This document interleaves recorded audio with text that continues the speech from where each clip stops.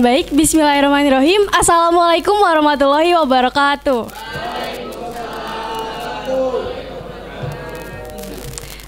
Selamat pagi Ibu, Bapak, dosen, dan rekan-rekan saya sekalian.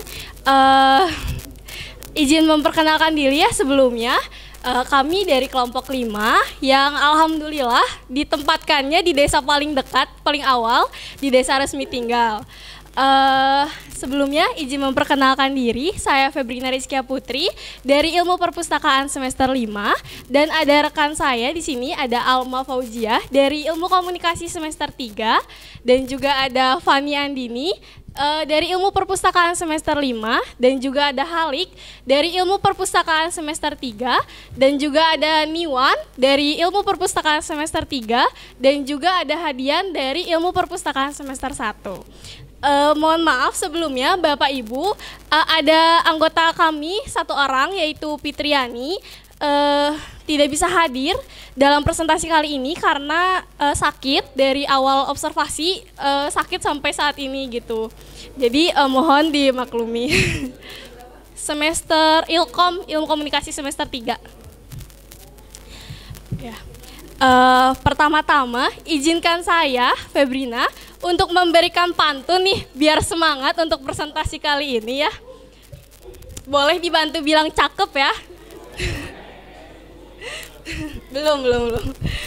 Orang penting berangkat pergi. Cakep. Gayanya keren seperti marmut. Cakep. Good morning, selamat pagi. Jumpa lagi denganku yang imut.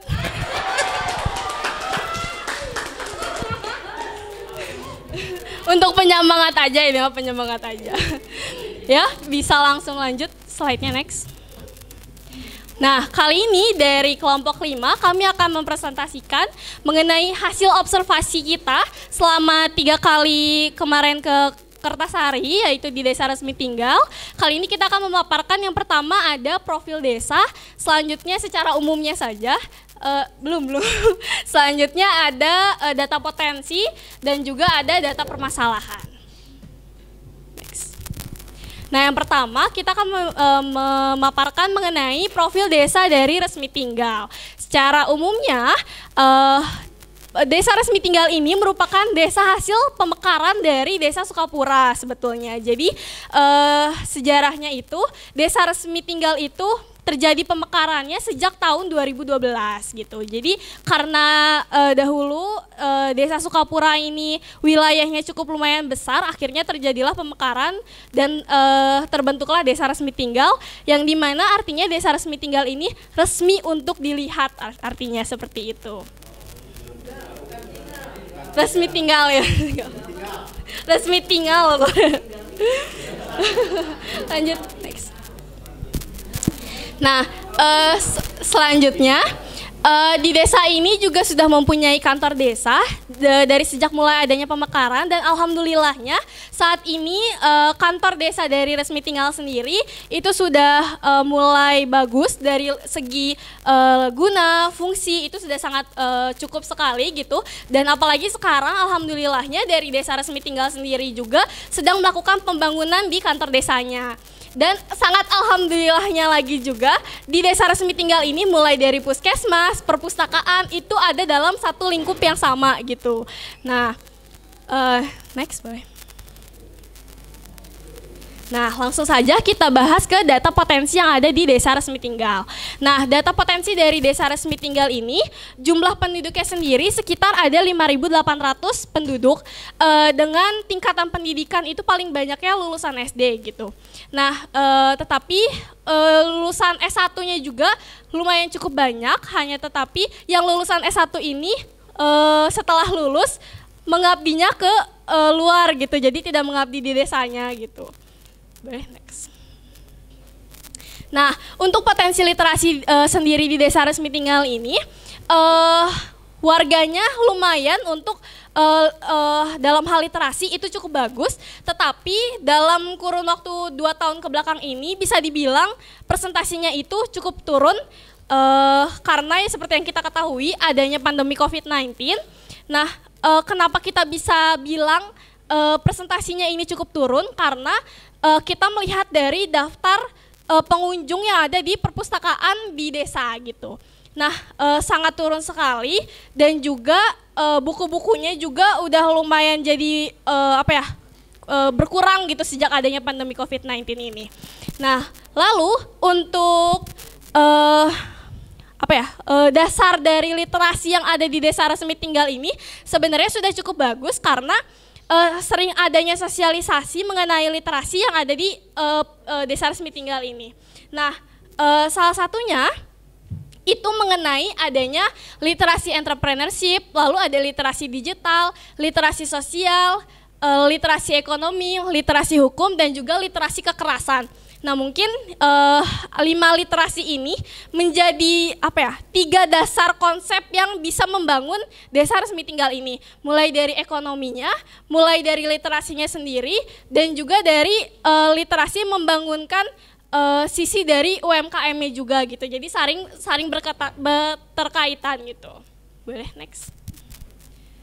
Nah, yang pertama, setelah kita melakukan observasi, kita melakukan ke 3 perpustakaan. Yang pertama ada perpustakaan dari desanya sendiri, lalu ada perpustakaan dari SD resmi tinggal 1 atap, dan juga ada dari SMA Negeri 1 Kertasari. Nah, yang pertama kita akan membahas mengenai potensi yang ada di perpustakaan desa ini, yang namanya itu perpustakaan desa mantap, yang artinya M-nya ini mantap, A-nya ini aman, N-nya ini nyaman, T-nya ini tertib, A-nya ini agamis, dan P-nya ini pasti. Nah, di mana kenapa sih nama perpustakaannya itu mantap? Jadi sebenarnya mantap ini itu merupakan jargon dari desa resmi tinggal gitu. Nah, sedikit pemaparan dari desa perpustakaan ini. Sebenarnya untuk buku-buku dalam koleksinya itu sudah lumayan banyak, tetapi hanya karena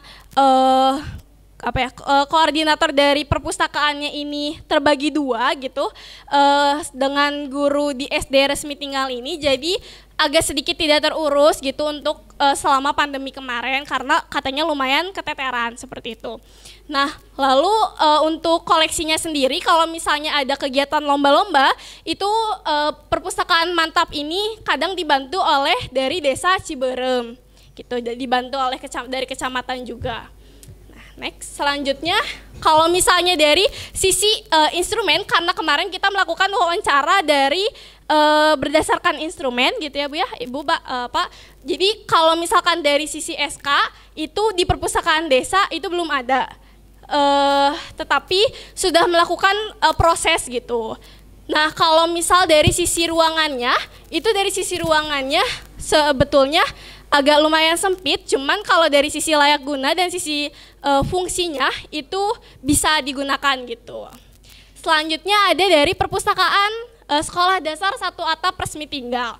Nah, perpustakaan Sekolah Dasar 1 Atap Resmi Tinggal ini untuk kegiatan literasinya itu berjalan, tetapi berjalannya di kelas-kelas karena perpustakaannya sendiri kata gurunya itu takut roboh karena dari sisi bangunannya juga yang udah lama, dan cuman alhamdulillahnya tahun depan itu akan dilaksanakan renovasi untuk perpustakaannya. Jadi alhamdulillahnya jadi tahun depan itu literasinya sudah mulai bisa berjalan di perpustakaannya langsung, karena emang ruangannya juga itu bisa dibilang cukup luas. Nah, kalau untuk dari sisi koleksinya sendiri, kalau di SD itu koleksinya sebenarnya bisa dibilang bukan koleksi karena hampir semuanya buku pelajaran, buku mata pelajaran, buku tema.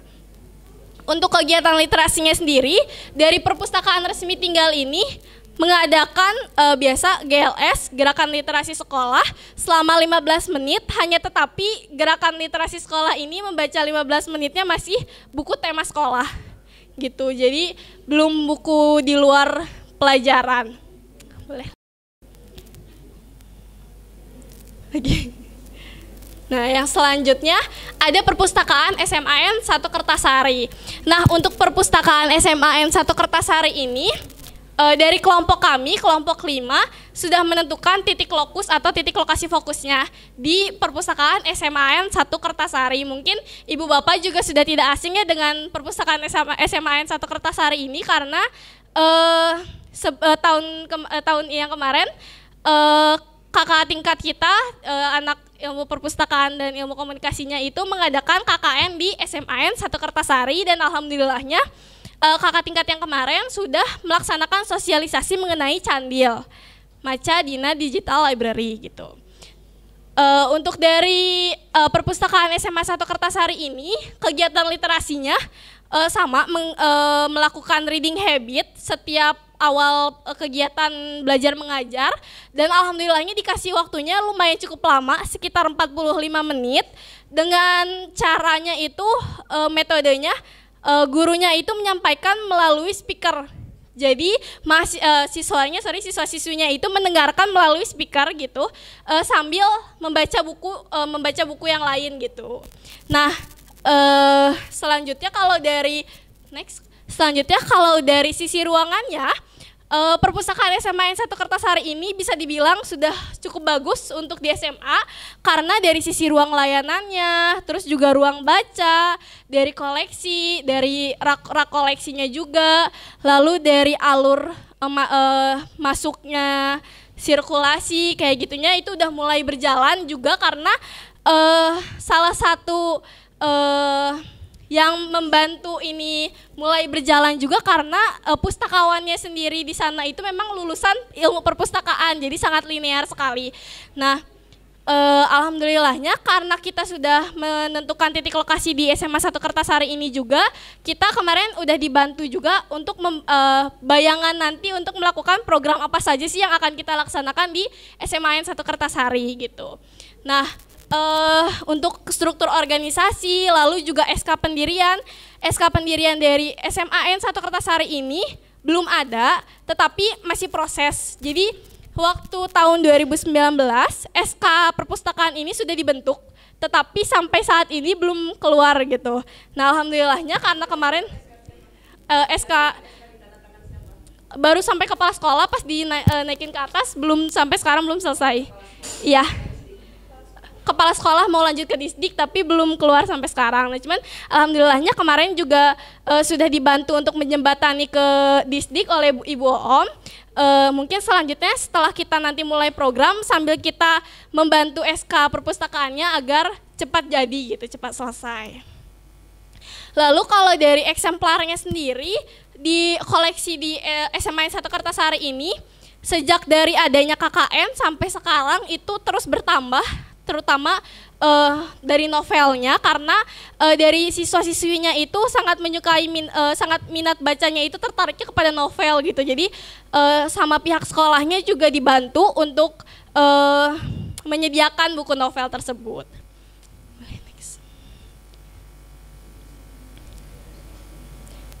Nah, selanjutnya kita akan membahas mengenai data permasalahan dari 3 perpustakaan tadi.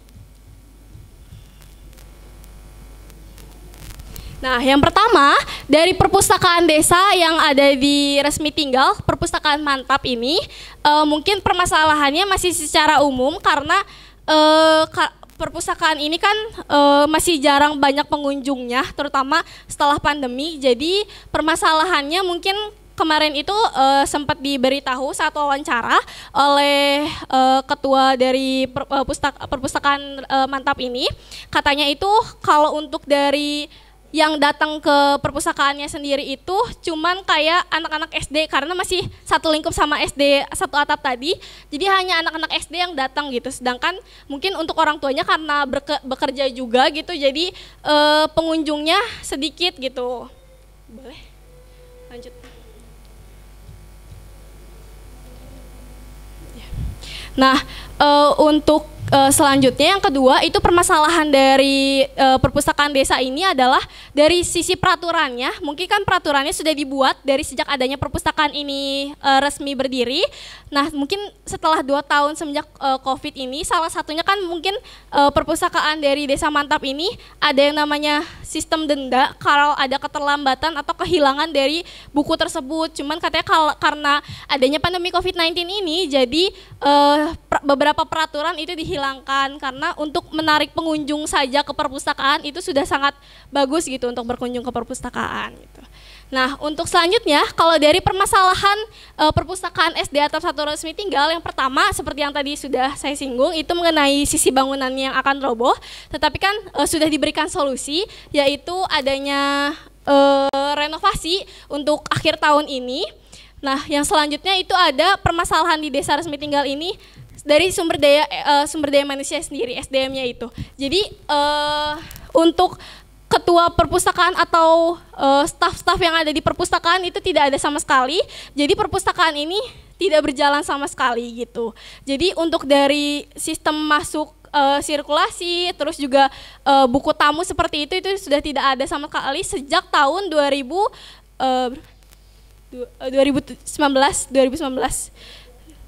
Nah, jadi dari pas tahun 2010 itu sebenarnya sempat ada pustakawan yang bekerja di SD 1 atap resmi tinggal ini, tetapi seiring berjalannya waktu pustakawan ini mengundurkan diri.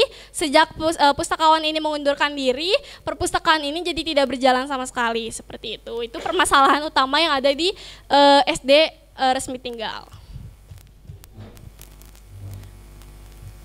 Nah, selanjutnya kalau dari permasalahan perpustakaan SMA 1 Kertasari ini, mungkin kita juga akan memberi beberapa alasan mengapa kelompok 5 ini menitik fokuskan di SMA Negeri 1 Kertasari. Yang pertama, karena mungkin karena sudah anak-anak SMA ya namanya udah masuk remaja gitu, jadi untuk kita melakukan sosialisasi atau melaksanakan program nanti itu sudah mulai bisa diarahkan gitu, seperti itu. Lalu juga dari perpustakaannya yang sudah kita tidak perlu dari nol lagi, karena kan kalau misalnya kita menitik fokuskan di SD itu katanya juga takutnya dari pihak sekolahnya pas kita lagi melaksanakan program itu dari bangunannya yang roboh atau apa gitu kan, nauzubillah. Jadi kita akhirnya memfokuskan di SMA 1 Kertasari.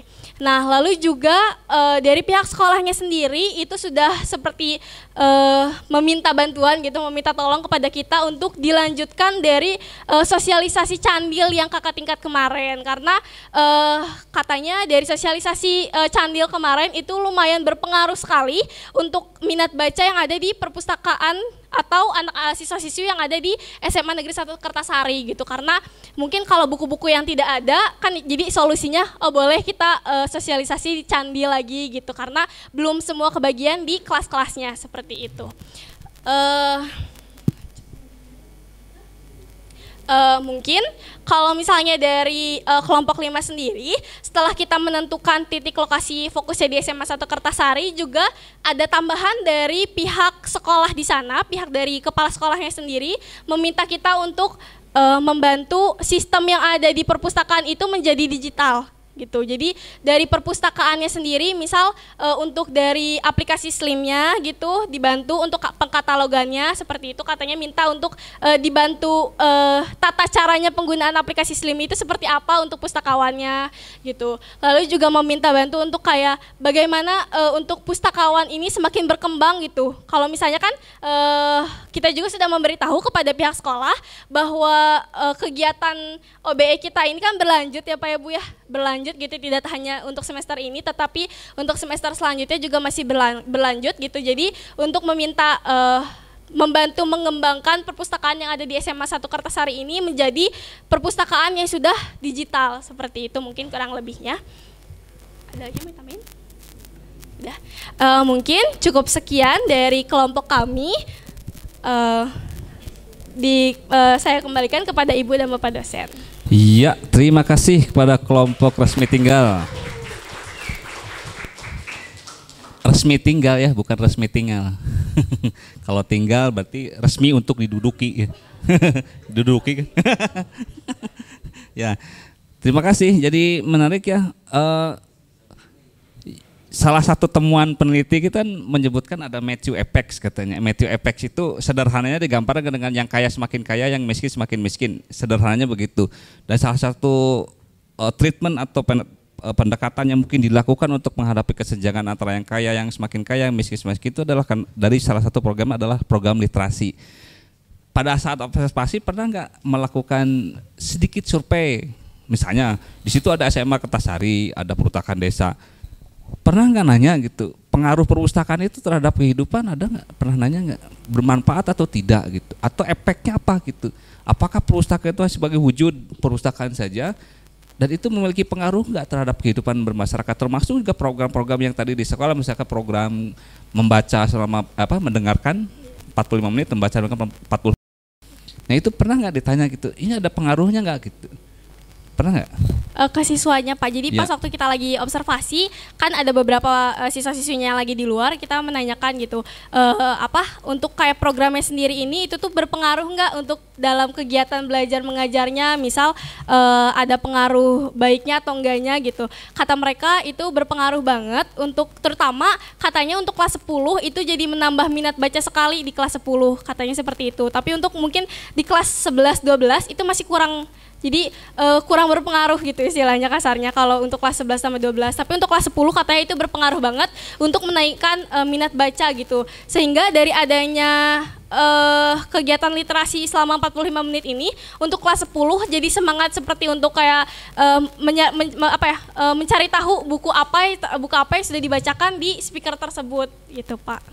Kalau di masyarakatnya sendiri? Nah kalau untuk di masyarakatnya sendiri, kalau dari perpustakaan desanya kita tidak sempat nanya untuk berpengaruh atau tidaknya. Cuman kalau nanya ke dari perangkat desanya, itu berpengaruhnya mungkin untuk anak-anak sekolah dasarnya saja. Jadi untuk orang tuanya itu sangat jarang sekali untuk mendatangi ke perpustakaan seperti itu Pak. Ya artinya kan sudah terbayang ya program yang mungkin dilakukan itu kan karena ini kan membangun gerakan literasi plus katanya kalau anak-anak sudah dengan literasi dan numerasi. Nah ini kan bagaimana peran perpustakaan atau apapun namanya, mau taman baca, mau pojok dan sebagainya, ini bagaimana kemudian itu mampu memberikan kontribusi terhadap kehidupan kan itu ya intinya. Ya kalau tadi saya menyebut dengan Matthew Effect itu seperti Cikembang nanti ada yang tampil juga, itu kan yang kaya semakin kaya, Neglaweng ini juga hampir sama.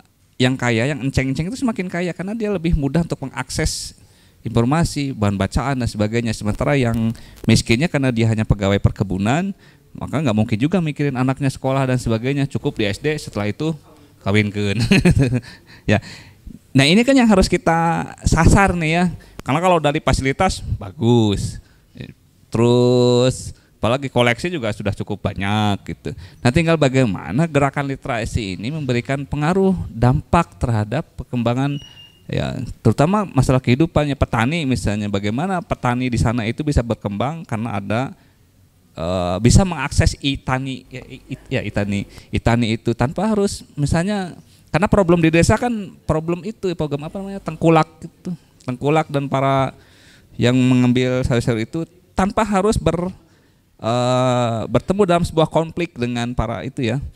Nah itu nanti tolong dipikirkan berbareng-bareng dan kita semua bagaimana program literasi ini mampu menyentuh wilayah-wilayah yang memang sebetulnya menjadi core inti dari literasi itu. Salah satunya ada kesenjangan kan, tidak hanya kesenjangan digital tapi juga kesenjangan ekonomi dan sebagainya. Ujung-ujungnya kan IPM, Indeks Pembangunan Manusia. Nah nanti tolong dipikirkan, makanya tadi saya tanya ada nggak pernah nanya nggak ke warga gitu, punya pengaruh nggak sih itu? Kalau membaca saya yakin semua sudah membaca. Setiap hari kan kita membaca tulisan televisi, di sosial media dan sebagainya, itu pasti membaca sudah. Nah bagaimana literasi itu mampu meningkatkan ya ujung-ujungnya taraf hidup masyarakat. Nah itu nanti kita bisa pikirkan programnya seperti apa. Kalau anak-anak mungkin numerasi yang sudah dilakukan oleh anak semester 7 kan dengan pola permainan tradisional, di situ ada angka, huruf dan sebagainya, kemudian dirangkai menjadi sebuah kalimat, kata atau hitung-hitungan gitu ya. Nah itu bisa dikembangkan. Mangga Bapak dan Ibu barangkali. Oh iya Pak Dekan belum, soalnya kemarin sudah berjanji di literasi saya akan banyak bicara. Assalamualaikum warahmatullahi wabarakatuh. Kan saya berjanji banyak duduk dikit bicara gitu. Hanya mendengarkan. Baiklah. Ini kerta apa namanya, resmi tinggal. Sana tinggal. Soalnya lihat ya, kata tinggal itu tempat kita tinggal itu disebutnya tinggal ditulisnya. Kalau tadi resmi tinggal itu tadi artinya resmi untuk dilihat. Kalau lihat itu tinggal. Kalau tinggal itu tempat untuk kita diam di tempat itu. Jadi Jadi bukan tempat untuk meninggal. Kalau tanahnya iya. Nah baik, kalau saya melihatnya di resmi tinggal ini, waktu ke SMA Seman 1 Kertasarinya. Di situ sebenarnya koleksinya sangat tidak lengkap sama sekali menurut penglihatan. Dilihat itu tidak lengkap karena kebanyakan di situ buku paket semuanya. Saya lihat di luar buku paket itu hanya ada dalam satu, bukan rak sebenarnya itu, hanya untuk pajangan disimpannya gitu aja lah. Itu hanya buku-buku novel gitu, novel juga masih bisa dihitung dengan jari. Kalau judulnya 20 ya mungkin antara 20 judul lah. Dan yang saya lihat waktu itu gitu kan. Tapi dalam pengelolaannya pun masih kalau dilihat itu taruhlah dari klasifikasinya masih 9 kelas. Kelas 00 sampai kelas 99. Jadi dari situ tidak ada anaknya, tidak ada cucunya, tidak ada buyutnya. Ya, hanya main kelas saja, kelas utama saja. Itu berarti itu yang perlu dibenahi juga gitu ke sananya. Nah,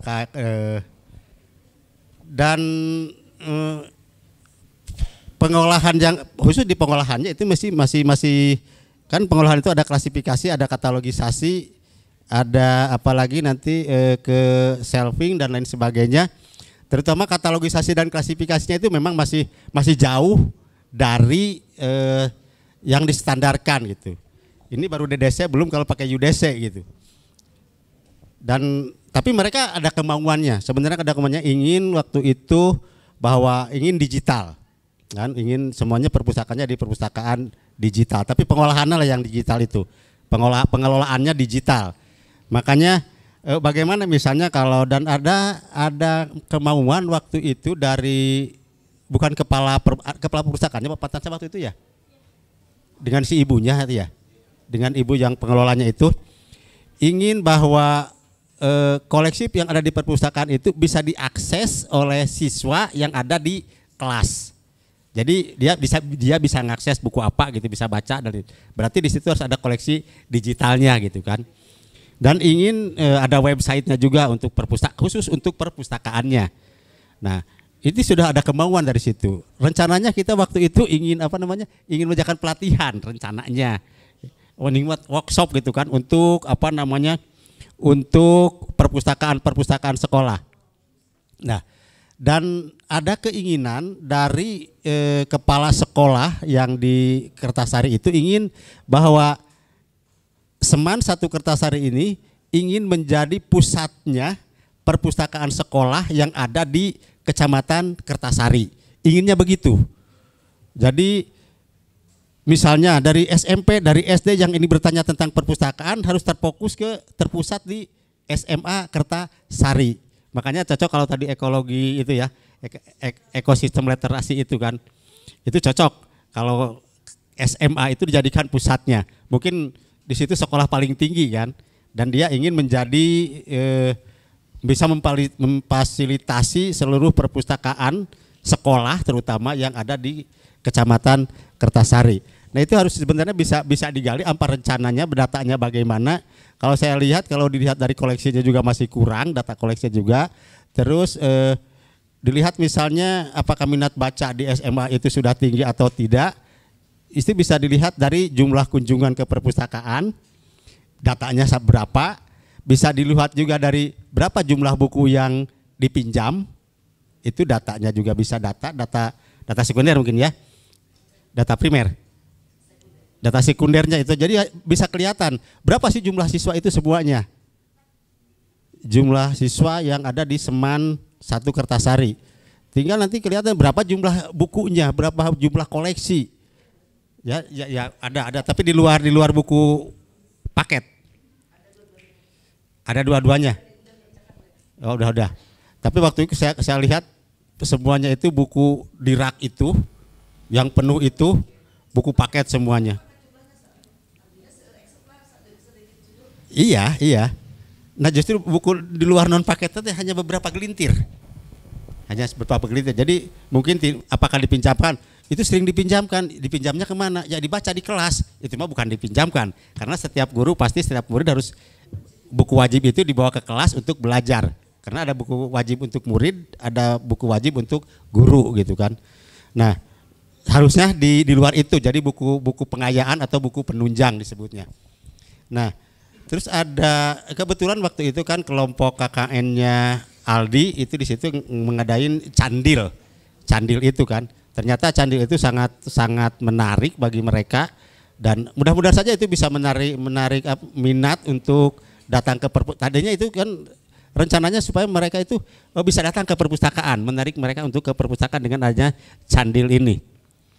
Tadinya gitu. Mudah-mudahan terus berlanjut. Apakah ini berlanjut setelah KKN selesai? Kebetulan kita datang lagi gitu kan.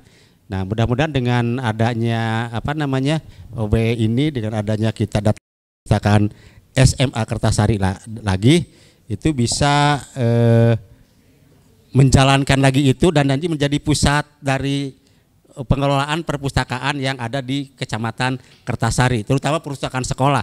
Sebenarnya antara desa dan sekolah itu tidak jauh berbeda kalau dalam pengelolaannya. Yang berbeda itu hanya pemakainya saja. Kalau desa itu kan siapapun juga boleh. Kalau di sekolah itu hanya siswa dan atau sivitas sekolah itu saja. Nah, itu sebenarnya yang perlu digali lagi kalau kita ingin apakah meningkat atau tidaknya literasi atau tidaknya itu dilihat dari kalau di perpustakaan biasanya berapa sih jumlah kunjungannya, berapa sih jumlah buku yang dibaca, berapa jumlah buku yang dipinjam. Jadi apakah yang pinjamnya itu juga atau bukan, yang berkunjungnya itu juga atau bukan gitu kan. Kata sering ke perpustakaan untuk apa? Untuk mengambil buku paket ke perpustakaan itu bukan untuk membaca atau ini gitu kan. Ya, ada yang gitu kan. Kalau di waktu itu kalau dilihat perpustakaannya juga tidak buka Pak Tansa waktu itu ya. Karena mungkin ada yang lagi praktek, ada yang lagi anak KKN lagi mengerjakan itu. Cuman untuk sistem digitalisasi perpustakaannya itu ada kemauan dari situ dan ingin semuanya serba digital dalam pengelolaannya. Dan itu ingin dijadi contoh untuk perpustakaan-perpustakaan sekolah yang ada di Kecamatan Kertasari. Tolong data-data seperti itu ya untuk supaya bisa kelihatan bagaimana nanti untuk mengembangkan literasi itu. Itu aja Pak Taca. Terima kasih. Assalamualaikum warahmatullahi wabarakatuh.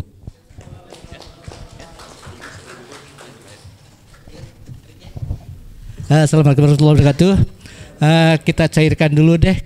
Saya mungkin tidak ngomongin tentang literasi, tapi saya tertarik pada tampilan presentasi. Kalian sudah mencuri perhatian.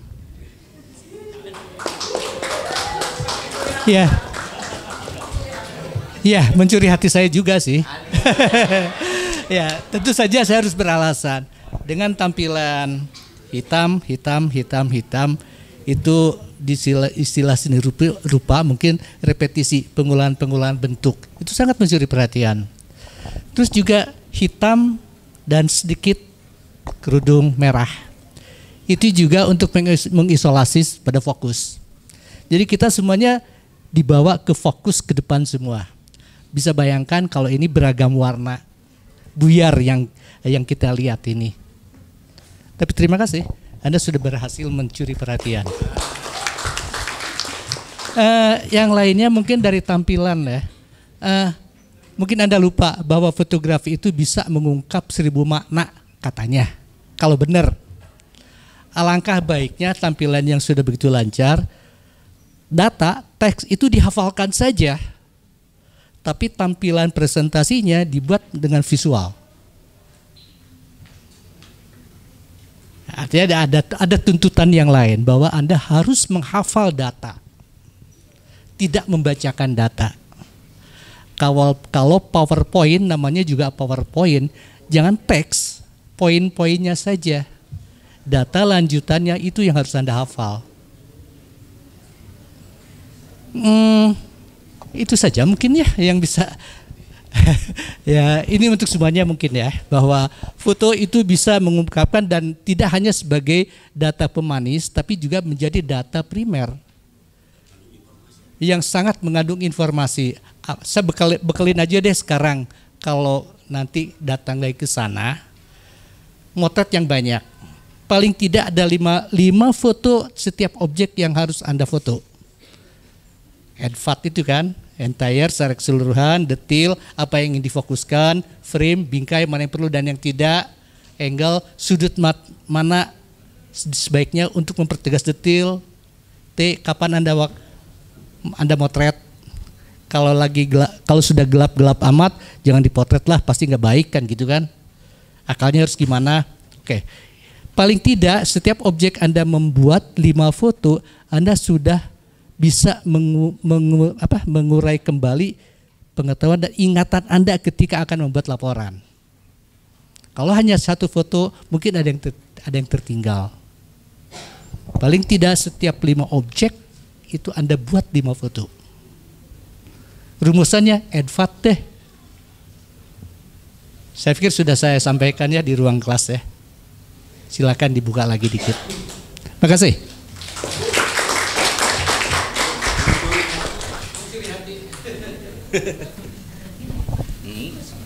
Enggak Pak. Ini ya siap Bu Rosi. Ini mah Pak hiburan karena diawali dengan pantun, harus diakhiri dengan pantun dong Pak. Siang hari makan empal, makannya pakai sambal terasi. Hei kelompok resmi tinggal, makasih sudah presentasi. Imas sama dengan menutup. Ya.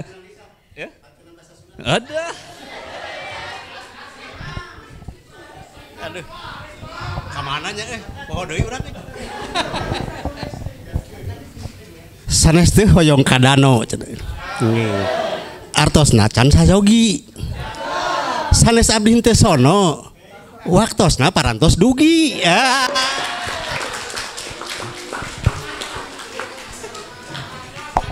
Sakali deui bilang cakep. Ada baskom diisi daun pinus, ada ulen, ada ketupat. Anak pikom dari Uninus memang keren dan literat. Ya, ternyata catatan-catatan saya ini banyak yang sepakat dengan yang disampaikan oleh Pak Dekan dan luar biasa tadi Pak Kang Kang Ibun. Saya hanya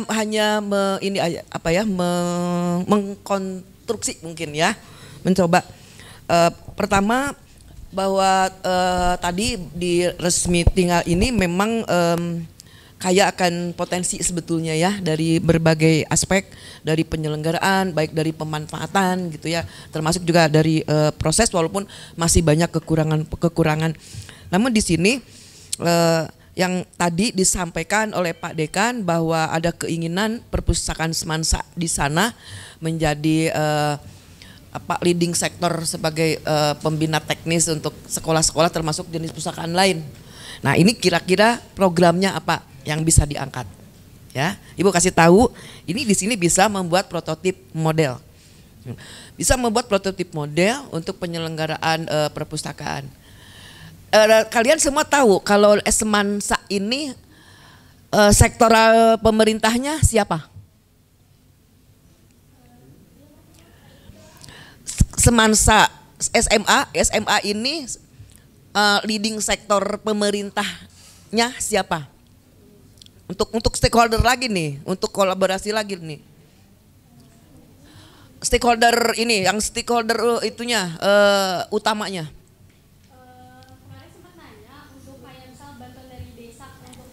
SMA nih. Iya, SMA. Bantuan dari kayak desa kayak gitu juga. Siapa dunungannya lah? Yang punyanya siapa? Satuan Pendidikan untuk jenjang SMA. Oh, provinsi. Ya, Disdik provinsi. Ya, kalau desa SD sama SMP itu Disdik kabupaten. Nah, itu harus tahu ya. Kalau yang lainnya peran serta dunia usaha, akademisi, media, itu sama gitu ya. Nah, jadi bisa diangkat ini masukan aja, bikin prototip model. Nah, sehingga kalian nanti bisa menggali parameter-parameter untuk menjadi prototip model. Ini nanti sehingga prototip model ini dia menjadi model untuk penyelenggaraannya. Dan di sana kalau tidak salah ada alumni pernah belajar atas semacam short course di Adelaide, Australia. Dan di kesini itu menjadi program WJLRC, ya, West Java Leader Reading Challenge, tahu ya. Bahkan sekarang ada yang namanya Garelis. Ini Garelis tadi bukan bicara Garelis, tetapi ini juga ada semacam masih alumni Adelaide, dan itu sangat menarik, bisa mungkin digali nanti menjadi narasumber untuk digali oleh kalian menjadi sesuatu project gitu ya yang jadi di sini lengkap lah, ada penyelenggaraan perpustakaannya dan literasinya. Dan tadi disampaikan oleh Pak Dekan bahwa untuk sekolah itu untuk sivitas sekolah. Sekarang sekolah ini harus mengakomodir juga lingkungan masyarakat, sehingga ruangan perpustakaan sekolah itu tidak lagi dekat WC, apek dan di belakang poek dan seterusnya, tapi harus jadi wajah sekolah yang bisa diakses oleh masyarakat. Ya, jadi ini peluang yang sangat tinggi. Dan satu lagi tadi kalau Pak Tansah menyampaikan untuk di perpustakaan desa untuk literasi masyarakatnya, barusan udah literasi sekolah tinggalkan ya. Untuk literasi masyarakat di sana potensinya adalah tadi potensi demografisnya itu pertanian. Tadi salah satunya Pak Tansah mengatakan itu bisa di Itani. Nah, kalian di situ harus tahu di situ banyak volunteer. Nah, ini juga untuk direkrut ya. Volunteer dari penyuluh pertanian. Dan kita, gubernur kita itu sudah membuat MOU, ini harus kalian tahu gitu, supaya untuk pengembangan nanti ada payung hukumnya gitu ya. Ada MOU gubernur dengan Menteri Pertanian. Jadi kalau kita akademisi, katakan akademik mungkin ya, bukan dari unsur perguruan tinggi itu menjadi ruang lingkup para pihak sebagai pihak pemanfaat. Jadi kalian di situ bisa juga merekrut penyuluh gitu untuk tadi pengembangan literasi pertanian untuk literasi kesejahteraan. Coba juga kalian lihat ya di medsos hashtag literasi untuk kesejahteraan. Di situ sangat banyak kegiatan-kegiatan di seluruh Indonesia ya. Di seluruh Indonesia yang sudah melakukan literasi untuk kesejahteraan untuk pemberdayaan ekonomi. Mungkin kalian bisa ATM, adopsi, tiru, amati, tiru, modifikasi. Bisa gitu ya, disesuaikan dengan potensi lokal yang ada di resmi tinggal ini gitu ya. Oke, terima kasih, mungkin itu saja. Selamat selamat berkarya ya, berinovasi di sana dengan pengembangan literasi dan literasi dan perpustakaan. Terima kasih. Iya, terima kasih. Ya, tentu saja pesan. Satu lagi Pak. Maaf. Ini untuk diketahui bahwa di perpustakaan sekolah dimanapun berada, untuk perpustakaan ini ada alokasi wajib anggaran, ya, wajib harus ada. Itu dituangkan dalam Undang-Undang 43 tahun 2007, juga di Undang-Undang Sisdiknas, 5% dari BOS yang beralokasi APBN. Nah, itu perlu diteliti, dikaji ya. Terima kasih. Kemarin izin menjawab, boleh izin menjawab untuk terkait alokasi dana anggarannya itu kemarin sempat ditanya dari dana bosnya sendiri itu ada sekitar 20% untuk perpustakaan di SMA 1 Kertasari. Lalu juga terkait koleksi yang kemarin sempat diteliti oleh Bapak Ibu, kemarin sempat penelitian ke SMA 1 Kertasari, itu memang waktu saat itu kata pihak pustakawannya sendiri, kata Ibu Heni, itu saat ke sana itu perpustakaannya memang koleksinya itu belum ditambah. Nah, sehari sesudah KKN selesai itu dari mulai rak, meja, kursi kayak gitu ditambah semua. Sampai katanya itu novel yang selain buku mata pelajaran gitu ya Pak Bu ya, itu ditambah sekitar 5 rak susun.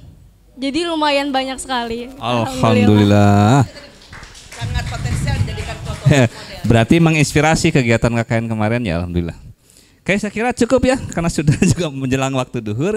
Jadi, ya, dan untuk diperhatikan juga bahwa penyampaian ide-ide itu tidak hanya berlaku untuk kelompok ini ya. Jadi catatan-catatannya juga berlaku untuk semua kelompok.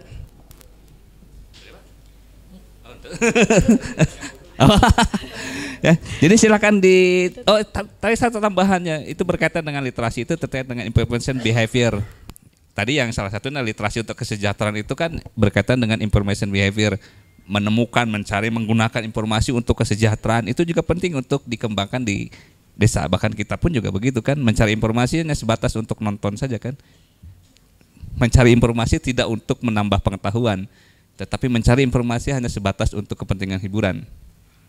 Nah, tinggal bagaimana itu kemudian dikembangkan di daerah, di kampung, di sana, di desa, sehingga ketika mereka mencari informasi ini betul-betul memberikan manfaat bagi masyarakat. Oke, silahkan ditutup.